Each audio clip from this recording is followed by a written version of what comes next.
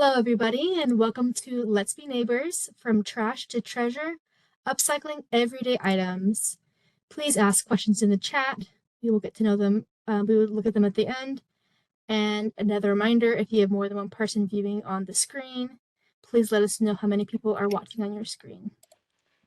Let's start with introductions. Our first speaker is Trisha Mathis, a USU Extension educator over the Home and Community Department with a specialty in textiles and other life skills at Utah State University.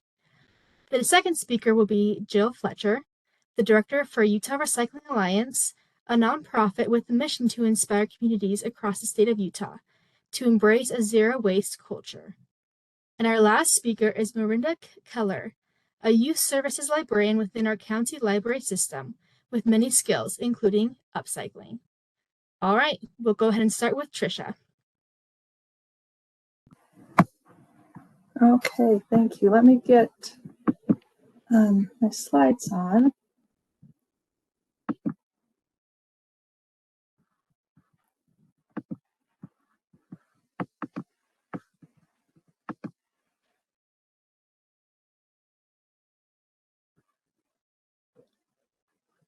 Okay, can you see that? I don't see that I'm sharing. We can see the WebEx. Oh, okay. There we go. Perfect. There we go. Okay, does that look okay for everyone? Yes, that looks good. Okay, great. Okay, so as she said, I work for Utah State University, and I do a lot of sewing and quilting classes with adults and kids. We have a good 4-H program in our county where we teach kids how to sew.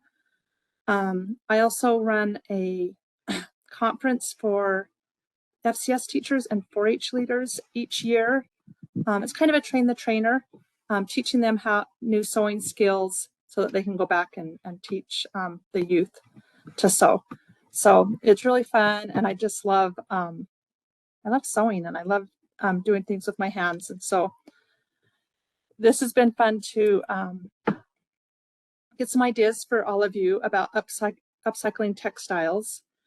As you know, there's probably a lot of waste with textiles. I think we live in a time when we wear things for a little bit and then we get rid of them, or they don't fit, or things are just easily, you just get rid of them easily. So maybe today we can just talk about a few ideas of things that we can do to use up those clothing items that we don't use anymore, they're not the right size anymore, and use it and make something else out of those items that is useful for us. I'm going to go through and talk about kind of what I think are the 4 main things that we have in our wardrobe that we probably get rid of, or things that maybe we want to recycle or upcycle. Jeans and pants and t-shirts and sweaters, and then fabric scraps. So here's a few ideas to use with your jeans is to make a bag. This uses just the top part of the bag and cut it off just above, the crotch line, and so to just make a quick bag. So that's fun and simple, and it can be lined or unlined, but just a way to use something and make a cute, use those pants again and make a cute bag. Here's a couple other different ways. This is using probably just like parts of the leg. As you can see on both of them, they've used the hem on the bottom of the pants to just create the top of the hem. So you don't even have to hem the top of your bag. You can just quick do a couple side seams, maybe add pockets and handles. You can see one uses kind of a cotton webbing for handles, and the other some leather. So it can be something that you can just be creative and make it your own, or use some things that you have at home. Maybe an old belt can be handles. Here's a basket that's been woven, using strips of denim fabric. So if you have some jeans that are old or worn out or, you know, the wrong size, you could, you know, cut them into strips and weave them in the basket. That makes a super, super cute basket. Here's some, like a little placemat and little mug rug coaster.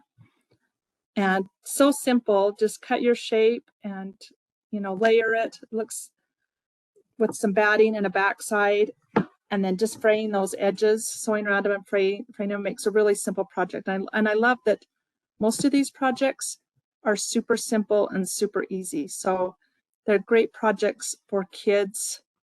And what I love about upcycling with kids is, you know, most of the stuff that we're using, we already have on hand. It's basically free, and they can just have fun. They can just practice and do lots of fun things. Here's hot pads. I like the way they've used the pocket that you can put your hand in to use the hot pad. Here's some more baskets. Just this one isn't woven into the wire like the other one is. This is just strips of fabric that have been woven together. Looks like maybe a little bit twisted. Put some cute handles on. I like how they use the different colors of the recycled denim to make a cute design on each of the baskets. And then this fun pocket organizer. So a lot of times we use just the legs of the jeans. And so this is a great way to use the pockets and make a cute organizer.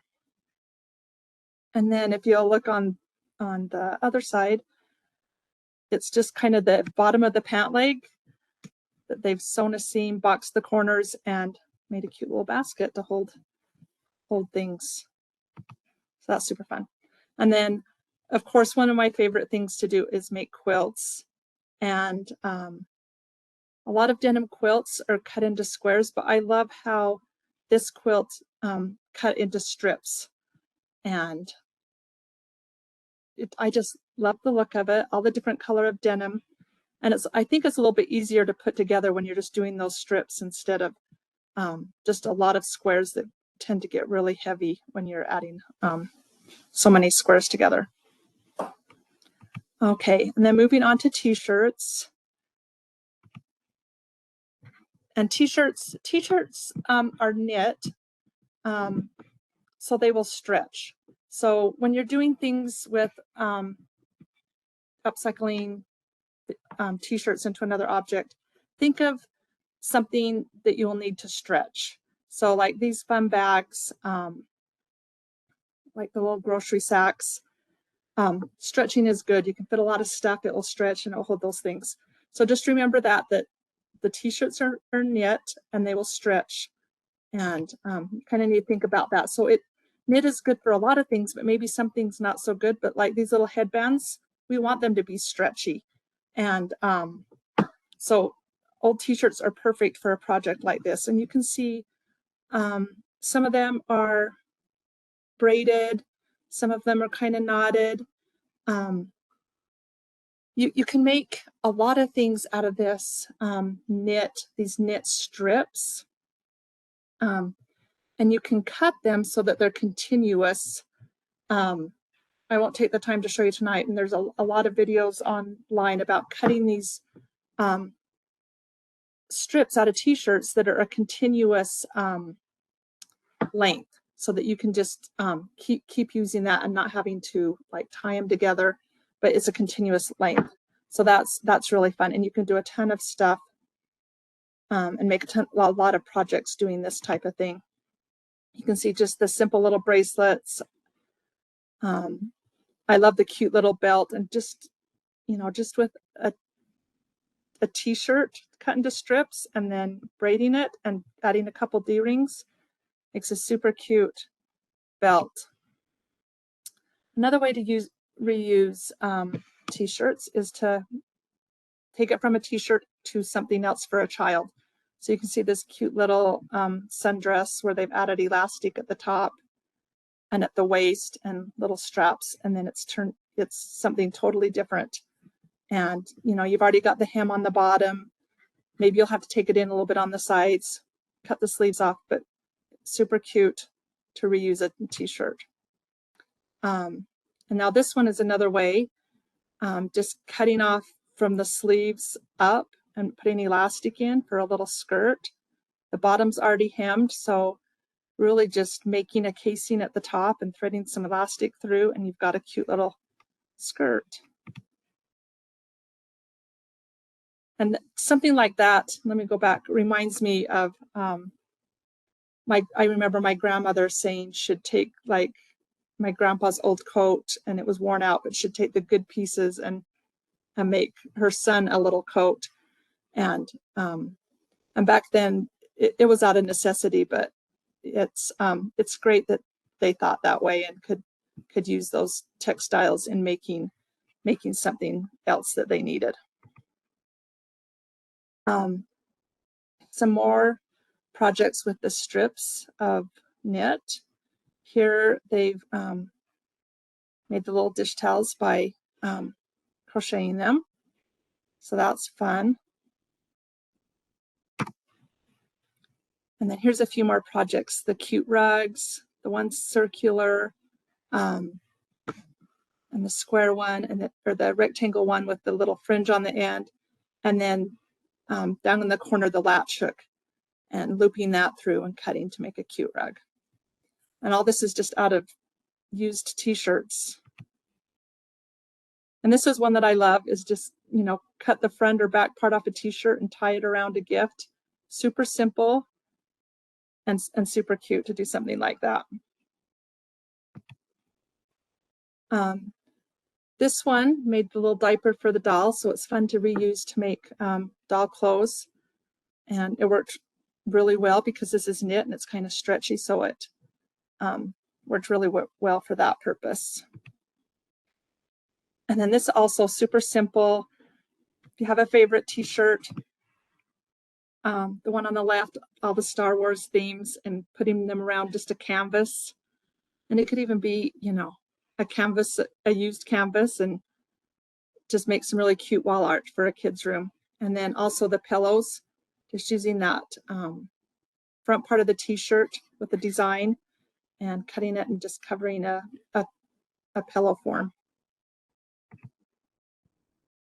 And again, my favorite thing, quilts. T-shirt quilts are really big, and I love that it takes t-shirts that you've either from a sports team that you were on or vacations you've been on, and you know, sometimes they gather up pretty quickly, but you can put all those together and it creates a great memory quilt and something usable and helps you remember all those things, you know, that you have done. Okay, sweaters. This is really fun, especially this time of year, because we're going right into sweater weather. And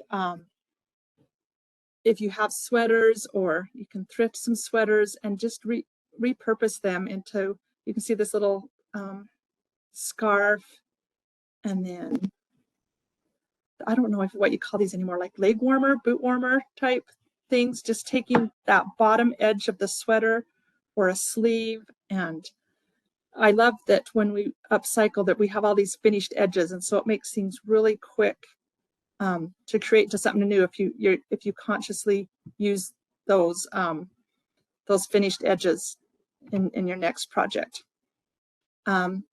Super cute hats, like I said, use those edges on the bottom of those hats and then cut your shape, and it's just super quick and fun. Add a few details, you know, the buttons or the fringe on the top.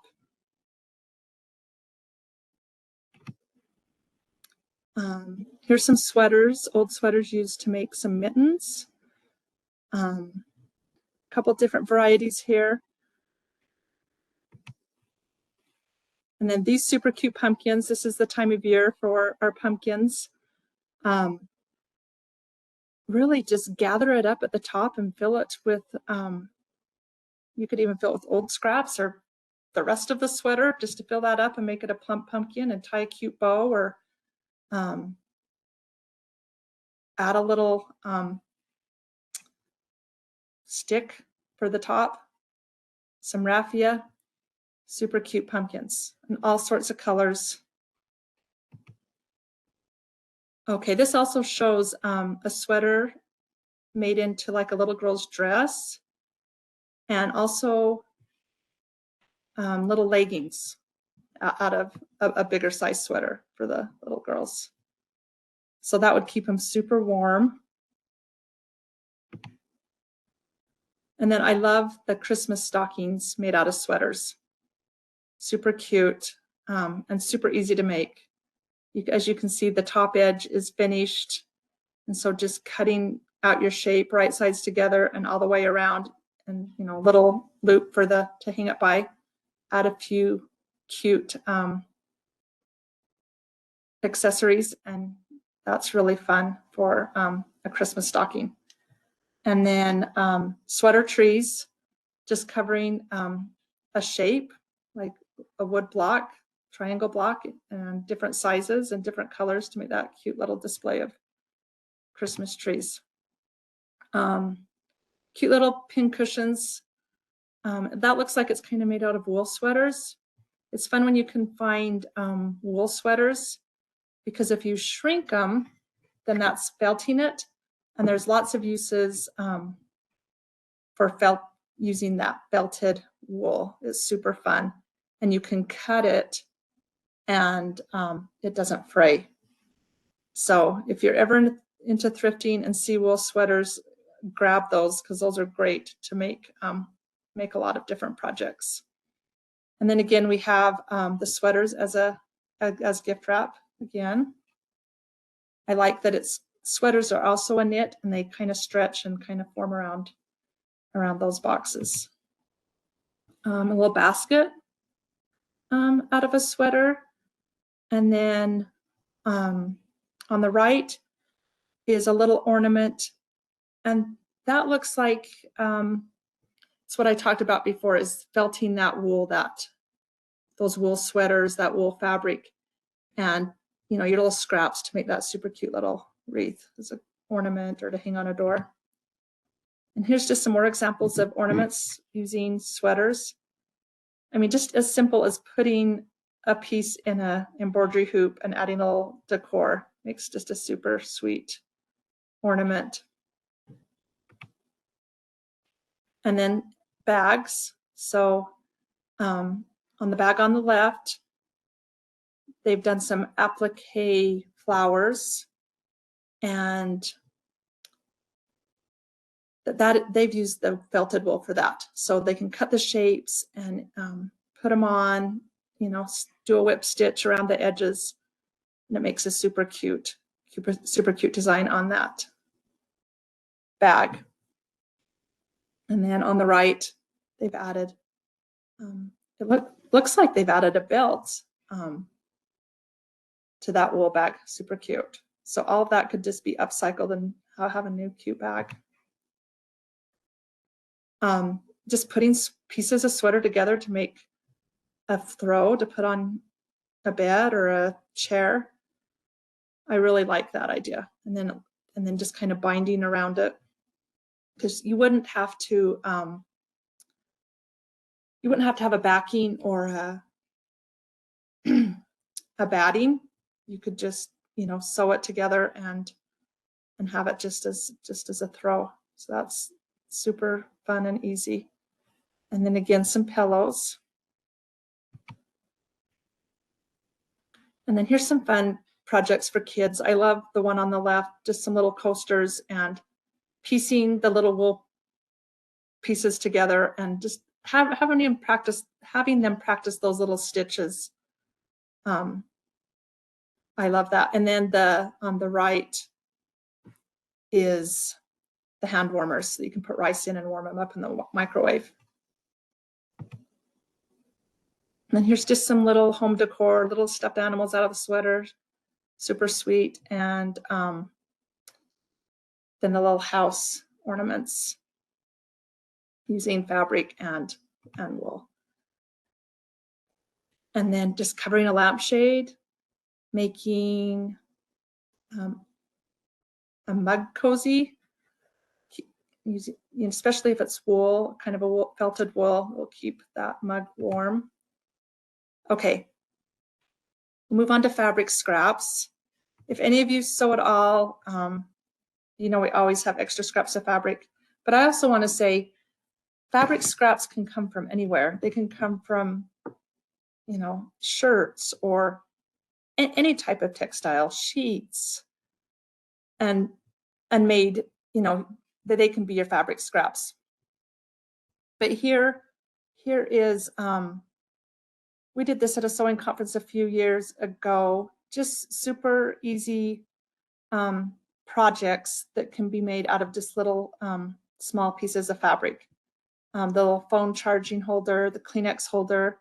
I love this little Kleenex holder for kids to make. It's a super simple first project.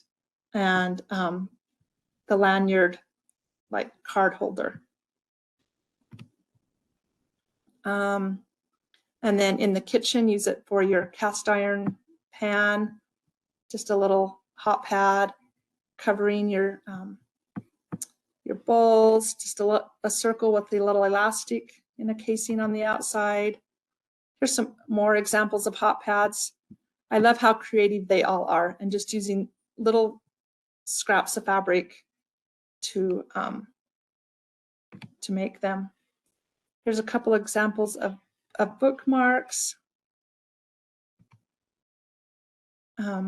More hand warmers there. Those are made out of flannel, so those would be super soft. So if you have some old flannel shirts, even, that would be great.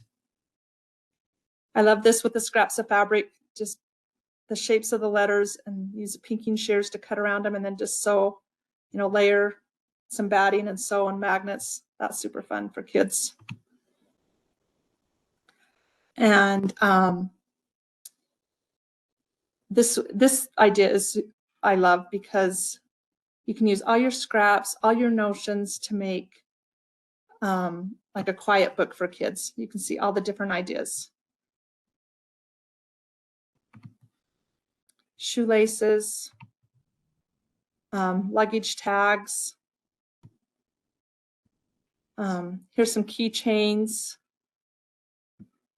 Just be creative and, you know, personalize it to what you like and what your interests are. Cutting strips of fabric and wrapping hangers. Covering beads. That's super fun for kids to do. And then these fun bibs. Just as you can see there, I'll just take a little amount of fabric. You can create something really fun. And then these cute banners, the buntings, the triangles, the half circles, and then just tying little strips of fabric.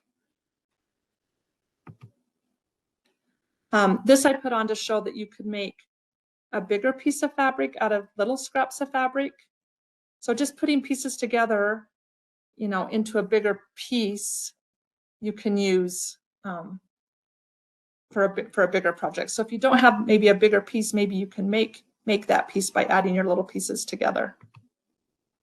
And then again, my favorite quilts, and you can just see these are just strips or squares put together. Just super simple, super random, but so fun. This is a method of quilting called strip quilting, and using just small strips to create each block.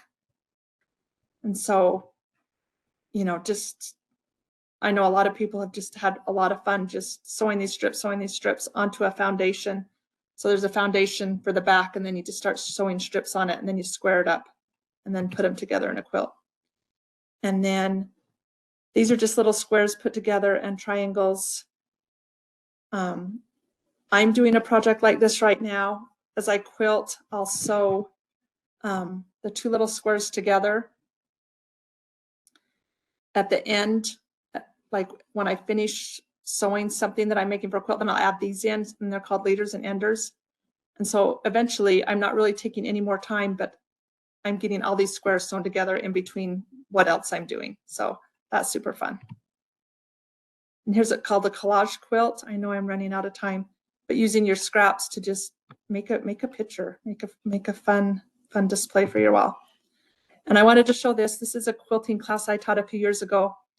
And this lady, Chris, used all her husband's old shirts to make this quilt. And I think it's beautiful. I think she did a great job, but she just used all his like button down woven blue and white kind of colored shirts and made this fun quilt. Okay, that is it. I know that was fast and furious, but here's my information if anyone wants to contact me or ask questions. And thank you for coming tonight. Thank you so much, Trisha. That was wonderful. I have so many ideas of what to do with that huge bag I have with all my t-shirts, so old t-shirts I've been waiting to use. I have so many ideas now. Thank you. All right, we will go on to Jill. Thank you. Okay. Thank you. Hi, my name is Jill Fletcher, and I'm the president of the Utah Recycling Alliance. And I'm going to share my screen. So, in the intro, we mentioned that kind of our goal is zero waste, but in order to find out how to use up our waste, we like to talk about how much waste we really make. So I'm going to go ahead and share this. 1 second. I'm going to start over though. Okay. Okay, so the UR mission is to empower people, organizations, and communities statewide to create a zero waste culture by building successful models and encouraging practices that promote reuse, recycling, and resource conservation. And so we're going to talk about garbage a little bit today, and then we're going to talk about reduce, reusing, and upcycling. And then I did throw in here kind of proper recycling techniques. So we're going to go through those. So the Utah Recycling Alliance, we have these programs that we do either bi-monthly or monthly, and we really like the community to get involved. So one of them is called a charm event, and it's recycled items that do not fit in your recycle bin, like styrofoam, plastic film, batteries, small electronic devices. And so we hold these events and then we collect them from the public and then we take them to their proper place to be recycled.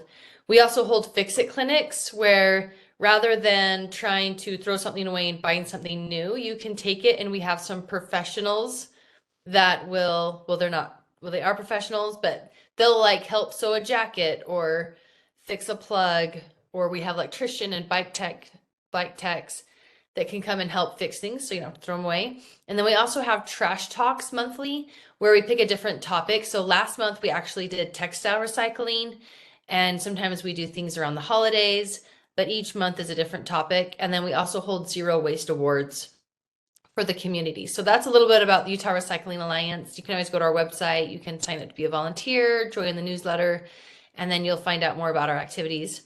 So we have something all in common, in that as we all make trash. And the trash actually goes to a landfill. And there's two landfills in Salt Lake Valley. There's the Salt Lake landfill, and then there's the Trans-Jordan landfill. And the Trans-Jordan landfill is in the south end of Salt Lake City, and it services the 7 cities, like from Midvale and Murray down to Riverton and Harriman and Draper. So that garbage is managed at the landfill, and the catch is that our landfill only has about 8 years until it's full. And then we don't have any more space in Salt Lake Valley for a new landfill. And so we're going to have to transport our garbage to a landfill about 45 miles away from here in Utah County. So we really want to focus on making less garbage, upcycling. And so this valuable material isn't just being buried in a landfill. So this machine right here is called a compactor, and it runs over the garbage 5 to 6 times. It smashes the garbage flat, and we never see it again. And since there's no air, water, or sunlight in a landfill, this garbage really never does go away. So I do have just a quick video about the landfill that I thought might be kind of fun to see, because not everyone gets to go to the landfill, but it's one of the coolest tours you'll ever take. So we'll watch this really quick.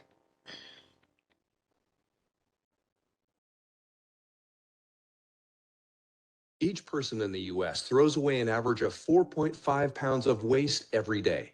Where does all that trash go? Welcome to the Transjordan landfill. Garbage trucks collect waste from residents and businesses located at the south end of the Salt Lake Valley and bring it all to the landfill. Commercial and residential vehicles both enter through the scale house where they are weighed. This allows us to keep track of how much garbage we receive every single day and accurately charge residents to dispose of their waste. Most residential loads are taken to the public convenience center. Here, the trash is unloaded, pushed into dumpsters, and taken to the landfill for compacting. Residents can separate and recycle items like metal, cardboard, plastic bottles, paper, tires, and glass at the public convenience center. In a partnership with Salt Lake County Health Department, the Transjordan landfill collects and processes household hazardous waste at no charge to residents. Some household hazardous material is then available in the reuse shed for residents to take home any usable household products.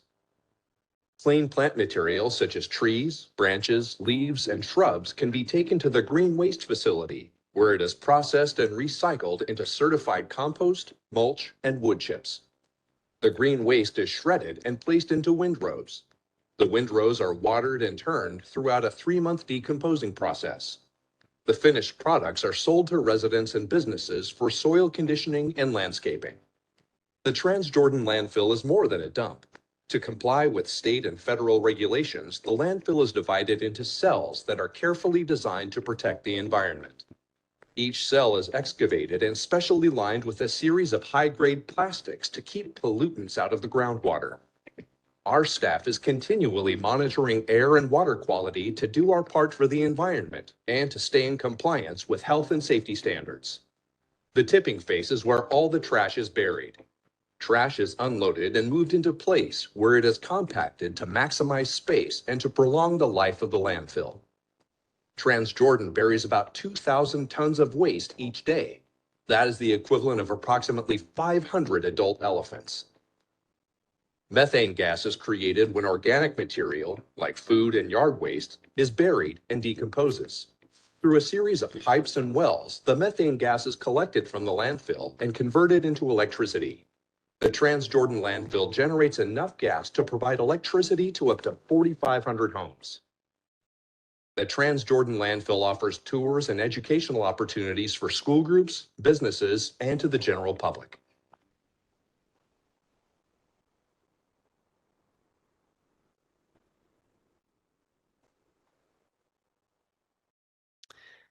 Okay, so that just kind of gives you so you probably noticed in that video, there was a lot of things that got buried in the landfill that we would like to see repurposed, recycled, or reused.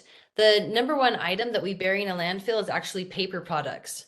And that's so easy to recycle. But you might have noticed a lot of couches and carpet and things like that, that some can be recycled and repurposed and some cannot.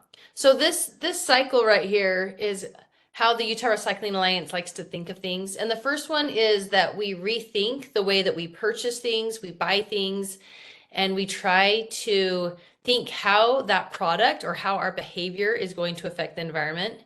And then the second R is to refuse and just say like, no, thank you, I don't need a straw, or no, thank you, I don't need a plastic bag, or no, thank you, I already have one of those, I don't need another one.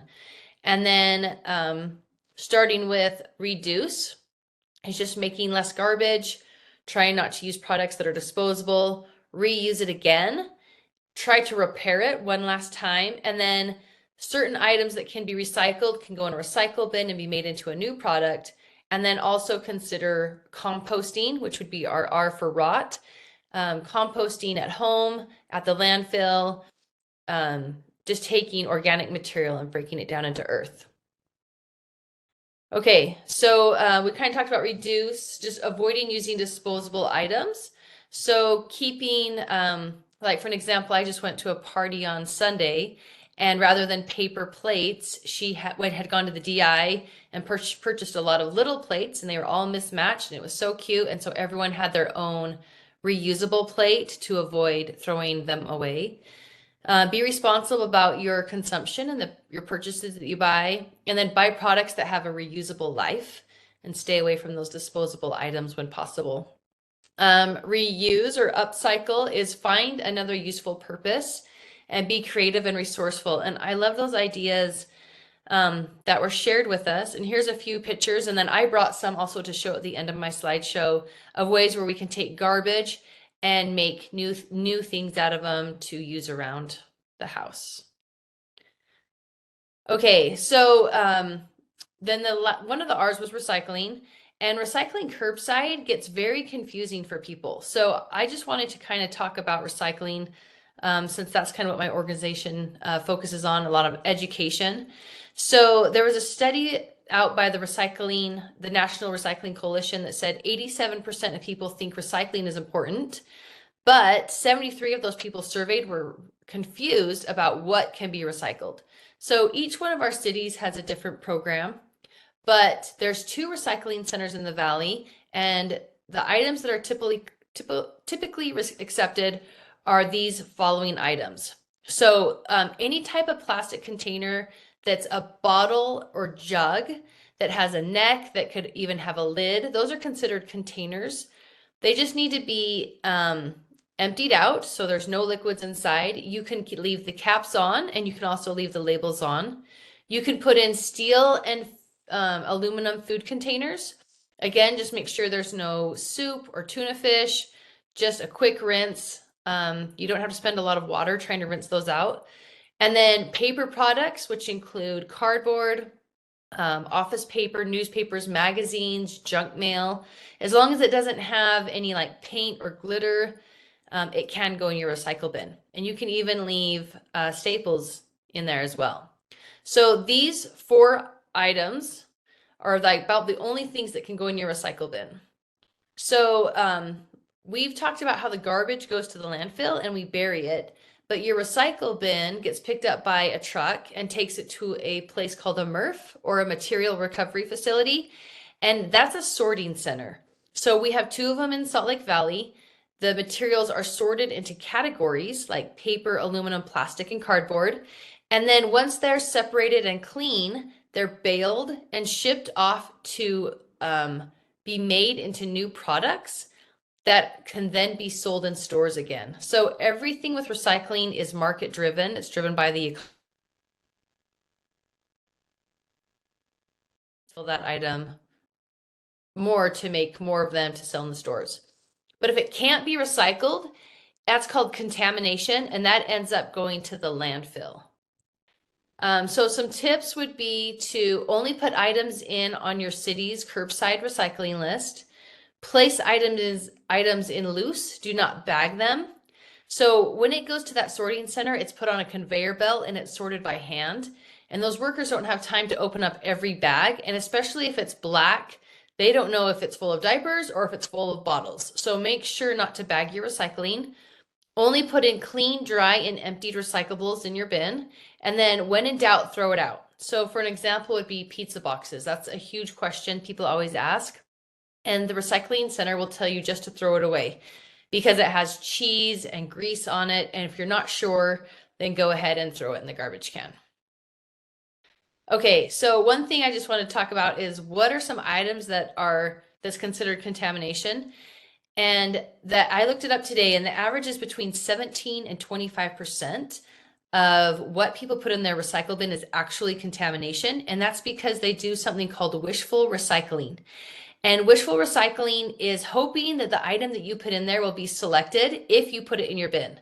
So if it's not one of those plastic bottles, aluminum cans, paper, or cardboard, they're going to throw it away. And that causes contamination, and it also makes recycling cost more money. So, so try not to be a wishful recycler. Even though we want to do the right thing, we're actually hurting the system by putting more in the recycle bin that's actually accepted. So I'm going to show you a few items of things that I have. Some of the things that I have that are not fabric is this is a tote bag made out of plastic bags. Now you can take plastic bags back to grocery stores such as Target, Walmart, and Smith's, and they'll recycle them back into like playground equipment or employee vests. Or you can make plarn and recycle them and then crochet them. Okay, that's an example of reusing or upcycling. This is really fun. If people who can remember CDs, this is a CD case made out of a license plate. Here's another purse made out of a license plate. And then they just put a strap on there. This is one of my favorites. This was one of my Christmas gifts. This is magazines rolled up really tightly. And it's made into a bowl. And what I did is I made mine into coasters and then gave them to my neighbors at Christmas time, all made out of magazines. So with reusing, you're finding another purpose for it before you decide if you're going to throw it away or recycle it. But it's very resourceful. Like rather than going out and buying new things, here's a little purse made out of Capri Suns that was just sewn together with a zipper. This is fun. This is a candle holder made out of bike parts. So I don't know how well you guys can see these. We have, and then similar to what was shared earlier, at Christmas time, it's really easy to get fabric to use as wrapping paper and reuse that fabric rather than, sorry about that, rather than using paper over and over again. So anyway, any other questions? You guys can put them in the chat. I'm happy to answer any questions about recycling, reducing. We love talking trash. We like talking about garbage and recycling, but mainly the main goal is reducing the amount of waste that we make first and then trying to reuse it again. So thank you so much for all your participation today and having me visit. Thank you. We actually do have some questions. Oh, perfect. Someone was asked, do the produce clamshells that you get at the grocery store, even if they have the recycle symbol on them, do we throw them in the trash? Oh, good question. Yeah, so we're trying to get away from identifying things by the recycling number and the recycle symbol because a lot of companies abuse that and they use it for marketing, but that's actually not accepted in curbside. So you'll notice on cartons like milk jugs and the carton ones that are like cardboard, those will have a recycle symbol on them, but they're not accepted. Now, clamshells are typically not accepted in curbside recycle bins. So that would be a no. But we do collect those at our charm events and we ship those off to a company and they do recycle them. Awesome. Thank you. And it looks like we have another question. They said that their husband is having issues with recycling because he heard that a huge percentage is actually not recycled, but just shipped to the landfills. And they were wondering if you have numbers for how much of Utah's recycling actually does get recycled. So I don't have those types of numbers because your city takes them to a private MRF, and then that private MRF will separate it. Now, sometimes things do get thrown away if it's not marketable. And if they can't find a place to send it, then it does get thrown away. But if you stick to the bottles and jugs, steel, aluminum cans, cardboard, and paper, those items do get baled and they are shipped off to other states or other countries. But for the most part, they are made into new items. It's the contamination that gets sent to the landfills. So anything that's not one of those items. But back in 2019, there was something called the National Sword. And there was a lot of the material was going to China and China couldn't handle it all. And so it was ending up in the oceans and in the landfills. And they've really cut down on their contamination and they don't let anyone send stuff to them that is not recyclable. So it has changed a little bit. There are a lot of myths out there. Like there's a stat that says only 9% of plastics get recycled. Well, that's not 9% of the plastics in jugs. That's 9% of all the plastic that's generated. That includes hospital waste and, one-time disposable things. So that number I don't have a number for you. But that myth kind of got blown out of proportion back when China was landfilling a lot of our recyclables. All right, I think that's lots of the questions. If we have any more at the end, I will let you Yeah, know. thanks. Thanks for having And me. then, of course, and now we will go over to Miranda.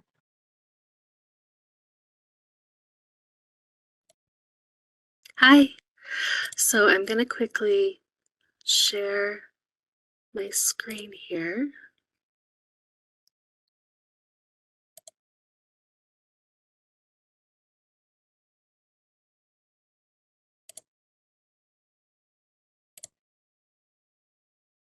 Okay, can everybody see? Yes, it looks wonderful. Okay, so my name is Miranda Keller. I'm a librarian at the Hunter Library. I just advanced my slide and it's not advancing. There we go. Okay, so why I upcycle?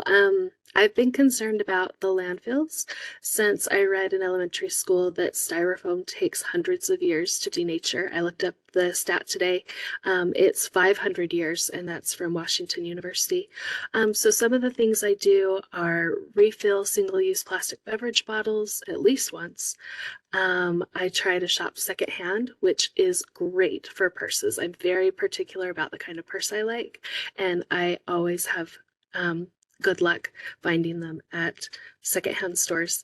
I use both sides of paper, which, you know, paper gets recycled, but if you can use both sides of it before you throw it away, you're reducing your consumption by half.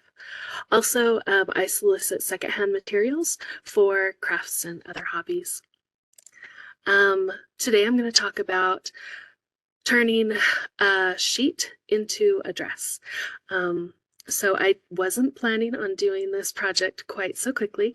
The dress is more of a spring kind of thing, but if you look on the dress that's blue, that's the pattern I'm using. I really like that dress, but it does have some flaws, and I'll talk about that in the next slide. So some things I wanted to fix when I recreated this dress was I wanted the side knee length to be a little bit longer. I was able to increase that by 2 inches. The fabric, I wanted 100% cotton. I don't like polyester. It tends to make me too warm.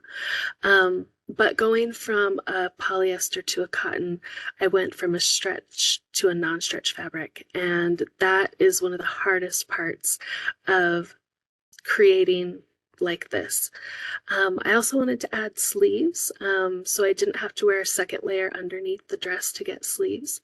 And I wanted to add pockets to the dress as well.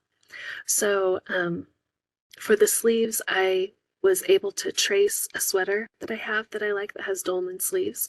And then the pockets will be sewn between the front and back panels, those rectangle panels of the dress. So steps to making this. You iron your fabric. First of all, you wash it. I didn't put that in there. But you wash it, you iron it, you measure it, you do math. You measure some more, you cut, you iron some more, you sew, you iron some more. You fit the product to yourself, you fix any mistakes, and then you can wear it. So first step, ironing.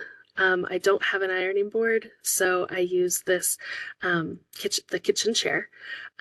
This one is padded. We got it from the state surplus for, I think it was $6. Anyway, I just knelt on a pillow when I was ironing because my knees started hurting. The sheet that I chose was thrifted from Savers. I think it was $5. I don't remember. But I wanted to match the seams. So I did measure the seams so that I would have to do as little sewing as possible. Less work is less time, and it's good. My least favorite part of sewing is cutting out, and that proves true no matter what I'm sewing, whether it's sweatpants or a dress or whatever. Just cutting out drives me crazy. But this is an example of where I was cutting out the bodice for the dress. If you'll notice, there's 2 little pins in the dress. That's where the dress pattern met the elastic, and so I marked that on the sweater so I could get a good idea of where to cut. So I'm going to go ahead and start this video. All right, so the next steps are to iron. You want to iron down your seams so that when you're finger pressing, oh, it says my CPU usage is too high. So let's see. It looks like the video is going to freeze. No, going to start again. Okay. So you want to iron down your seams so that you can get a really good looking garment. Then you're free to sew, iron some more, sew some more, whatever you've got to do. If you want to know if you'd enjoy a project like this, just kind of look, we're going to take a couple minutes and just enjoy the sound of the machine. And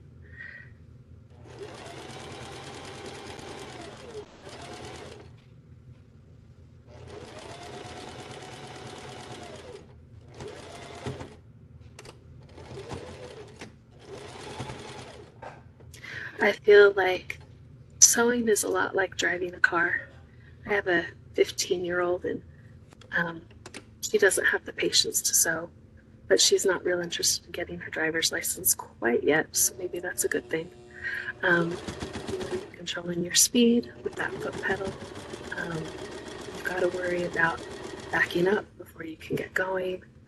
That's actually called, what is that called, that stitch? Lock stitch, that's called a lock stitch. Back different speeds. You've got to make sure that you are staying in your lane. Sometimes you get going and you can go really fast, and sometimes you've got to take it a little slower. So yeah, if you get road rage, sewing may not be the thing for you.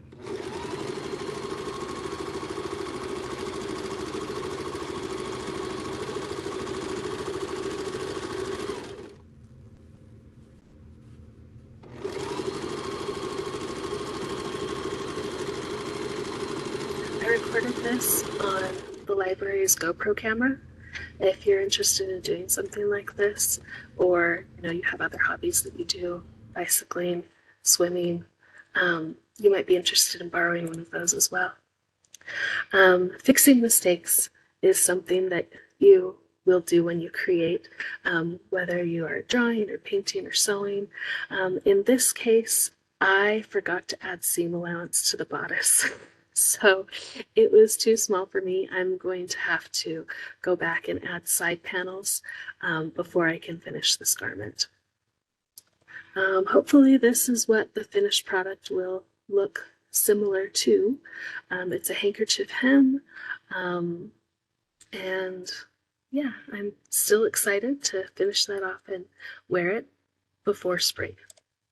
So some things that I learned in this process was, I get to practice my sewing, and practicing something that you enjoy doing is just good for your mental health.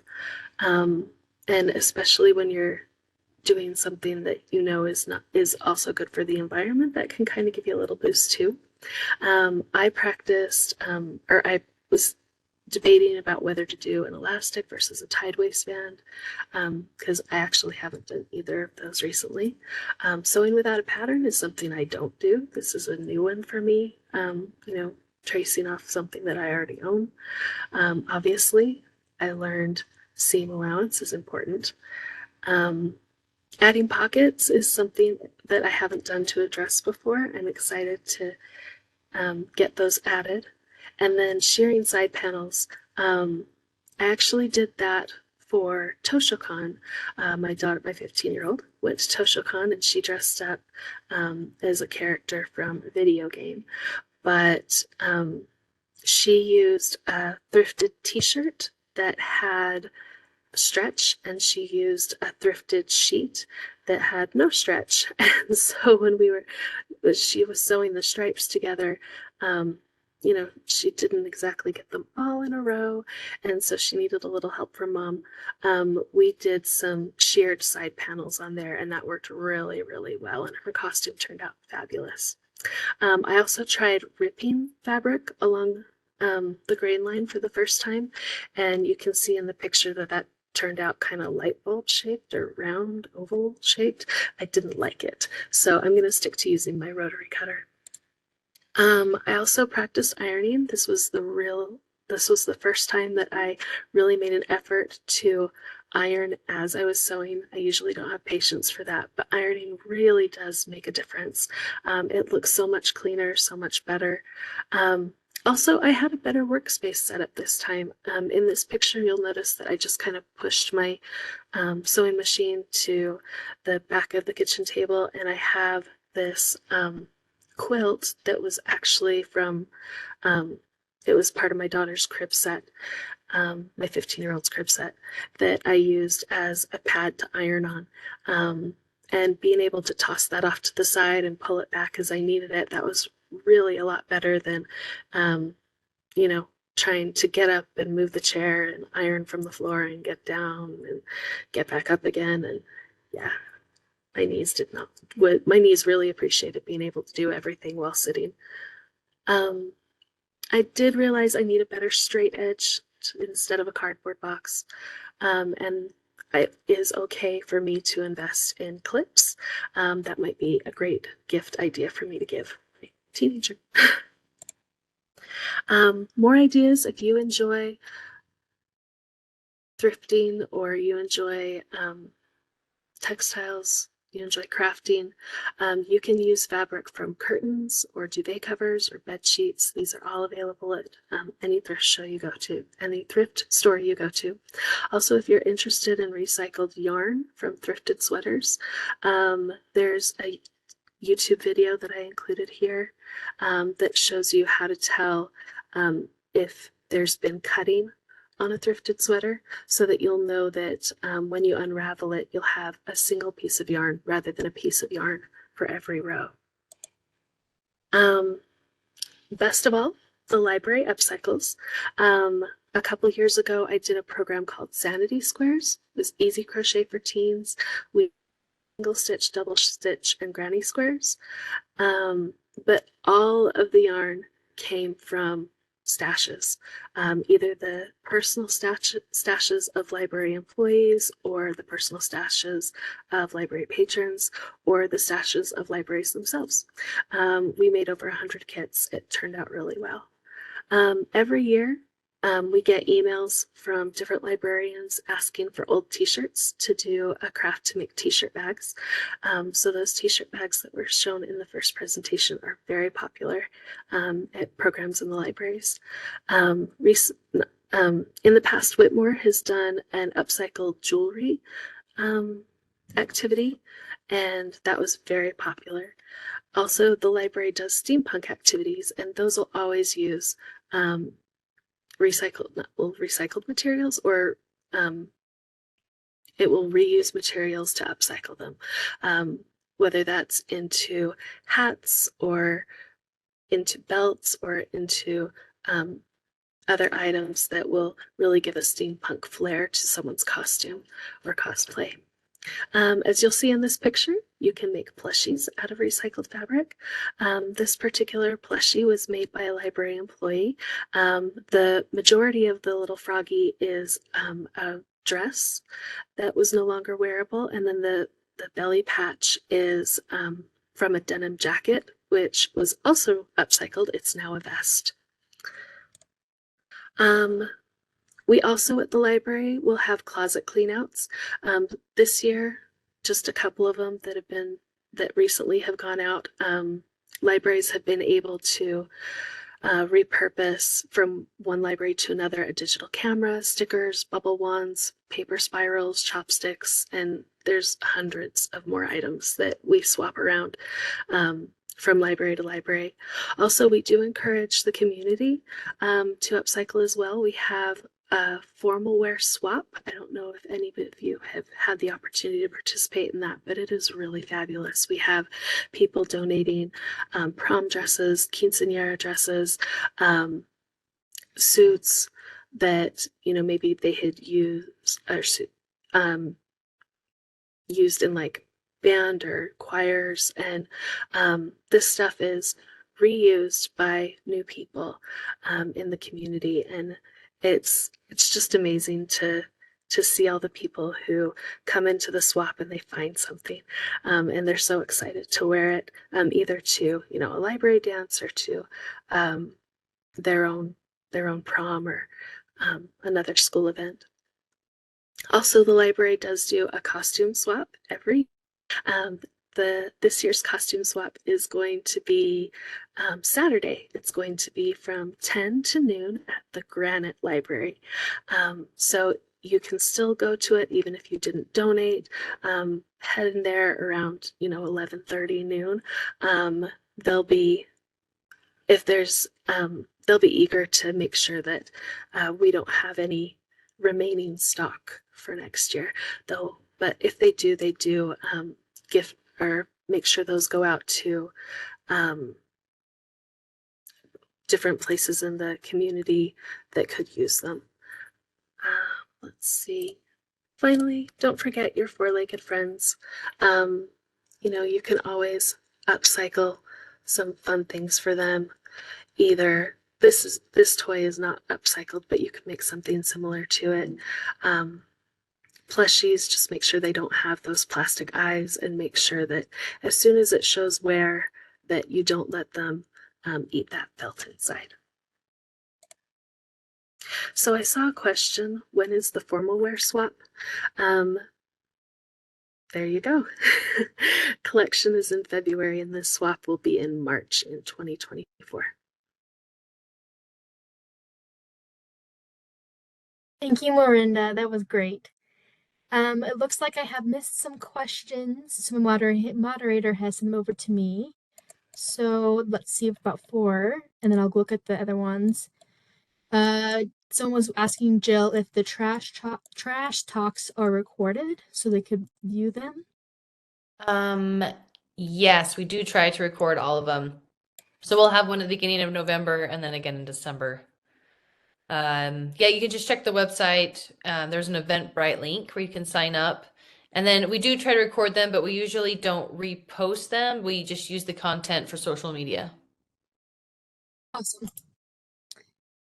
Someone was wondering if Desert Industry takes old fabric and sends it to a recycler. I'm not sure about that one. Maybe you guys know anything about that?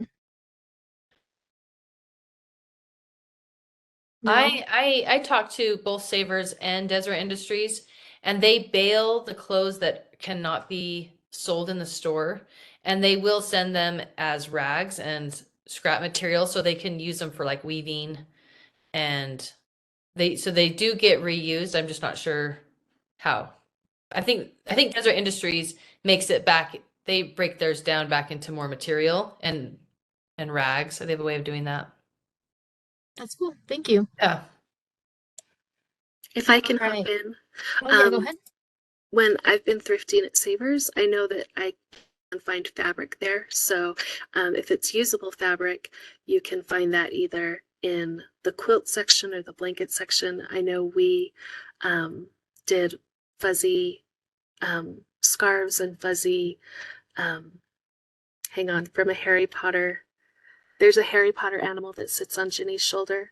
Pygmy puffs. There we go. So we did pygmy puffs from fuzzy fabric that was thrifted at Savers as a program here at the library. So you can get fabric there. Wonderful. All right. Someone is asking about yogurt containers and cottage cheese containers and if they were recyclable.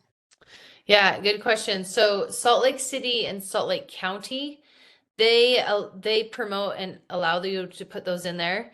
But even on the city's website, it will say if we can find a market for them. Because like I told you, it's market driven. But some cities like West Jordan and South Jordan, they're collected by Ace Disposal, and they say no to those containers because it's a harder market to recycle. That makes sense. Awesome. Can I hop in again? Of course. So I don't know about your grandma, but maybe they had the the salad bowl Cool Whip containers like Jeff Foxworthy laughs about. My grandma did collect Cool Whip containers to put leftovers in and send you home with that sort of stuff. I don't collect those things, but I do try and use them a second time. So like today, for instance, I brought leftover chili in my lunch in a Cool Whip container. So that is something that you can do to reduce your plastic consumption. Yeah. Let's use those My over favorite food hack is like almond butter and peanut butter is really hard to clean out to get it clean enough to put it in your recycle bin. So whenever I have one that's like, empty, but I haven't cleaned it out yet, I put my overnight oats in there, put some almond milk, put it in the fridge, and then as I'm eating it, I'm scraping out the peanut butter and then wash it out and it's ready to be recycled.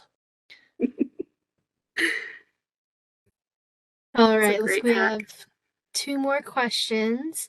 Someone is asking about metal, recycling metal. They said they have some pipes, satellite dishes, and metal chair frames, and they're wondering if they could recycle that or if it's only cans and bottles. Okay, good question. So in your curbside bin, you may only put cans and bottles. It's only for household items, but all of that material is recyclable. You can take it to Redwood Recycling on Redwood Road and they'll pay you per pound. It's really slick. There's one on 33rd South. There's probably 5 or 6 metal recyclers in the valley if you just Google the closest one to you.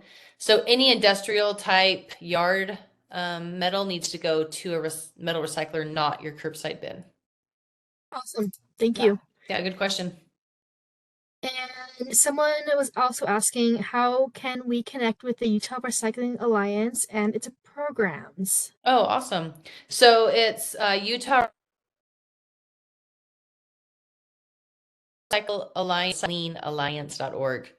And there's a submission there. You can sign up, like I said, for newsletters or to be a volunteer. Awesome. Yeah, would love everyone to be a part of it. It's really awesome. Perfect.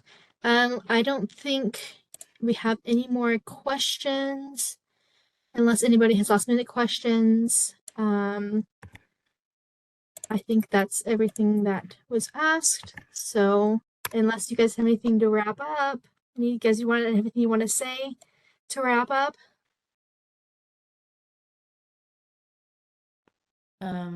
Reusing is cool. Everyone should do it. Perfect. And I do see we got the link for Utah Recycling Alliance. Oh, okay. Thank you. Yeah. Yes. Awesome. Oh, yeah. Well, it looks like we don't have any more questions. We're going to end a little early here. Thanks to our presenters and all the attendees and patrons viewing tonight. This will be posted on our website later so you guys can view it later. And thank you again. Okay.